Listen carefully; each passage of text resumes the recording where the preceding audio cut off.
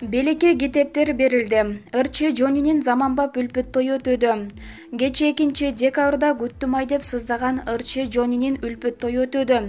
Той 16:30-га белгиленип, бирок 19:00 башталды. Ырчынын бир туугандардын айтуусу боюнча, той заманбап форматта уюштурулган. Дегенибиз, Ырчынын тоюнда жар айтылган жок. Жони 2-кабаттан гүл менен келип, жубайын болсо атасы өз колу менен алып келип Ырчынын кулуна тапшырды.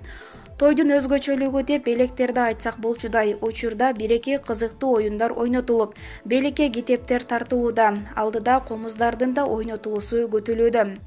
Белгилей кетсек, 29-ноябрда Жони мырза сүйүктүүсү Айжан Нурланбекованы кыргыздын салты менен ата-энесинин колунан алып кеткен. Маалымат Плак, Супер KG. Неля: биринчи жолу апамсыз туулган күнүмдү белгиледим. Бүгүн 3-декабрда Ырчы Неля 37 жашка толду. Ырчайым биринчи жолу туулган күнү апасы жок өтөрүн айтат. Биринчи жолу туулган күнүм апамсыз өтөт. Биринчи жолу ал мени куттуктабайт. Сени жарык дүйнөгө алып келип өстүргөн адам эми жаныңда болбой тургандыгын кабыл алуу кыйын экен. Жан дүйнөм ооруп, өкүнүч жана кайгы каптады.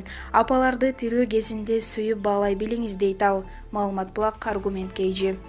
Белгилүү түрк актеру кыргыз элине кызыкты. Туркиянын Эскишехир шаарында дүйнөгө белгилүү жазуучу Чыңгыз Айтматов атындагы музей күн сайын түрк дүйнөсүнүн белгилүү адамдарына эшигин ачат.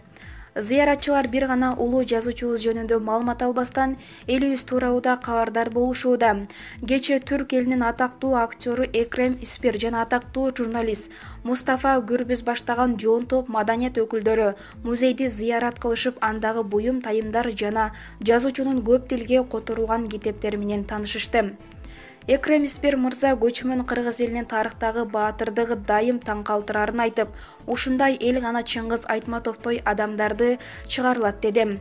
Келгендер кыргыз кийимдерин кийишип сүрөткө түшүштү. Маалымат Плак, Аргумент KG.